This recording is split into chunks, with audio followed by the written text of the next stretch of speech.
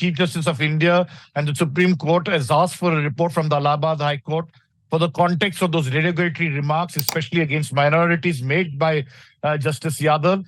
Also, what was the reason for why he participated in such an event and all the other details thereof. The other, of course, and this comes in the backdrop, of course, of the fact that the Chief Justice of India, his hands are tied. He can't really, apart from, at maximum, stopping judicial work or asking questions, cannot really do too much against Justice Yadav. In fact, at the most, they can request him to resign. And if he doesn't do so, then there isn't any proper procedure to remove him. So for that, you'll need to have a legislative process. And in that, a National Conference MP has said that he will seek the impeachment of the judge. For that, you need in the Lok Sabha at least 100 members of parliament to sign. And if it emanates from the Rajya Sabha, at least 50. And that, of course, is a long and cumbersome process, because not only once the motion is moved, then you have to form a committee.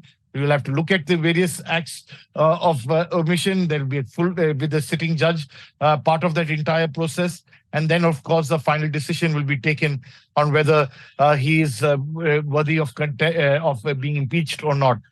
So that itself could take years, and whether his tenure will be through that entire process, as we saw in Justice Soumitra Sen's case, where he resigned before he was impeached, even though the Lok Sabha, the Rajya Sabha had moved his impeachment motion. So these are all time-consuming processes, but nevertheless, the Supreme Court taking a very important note of these events. Well, judges themselves, in a full bench of the Supreme Court have taken a very, very strong view that, they will stay away from functions which have any political significance and, will not make remarks which are, disparaging. This is, of course, against their constitutional brief.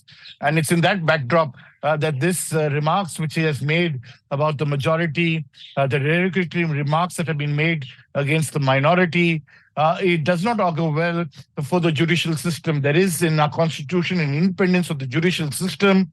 And as you have been pointing out, we are seeing unprecedented times. For the first time in India, we are seeing the vice president, an impeachment motion being moved now for a sitting high court judge to do what he has done.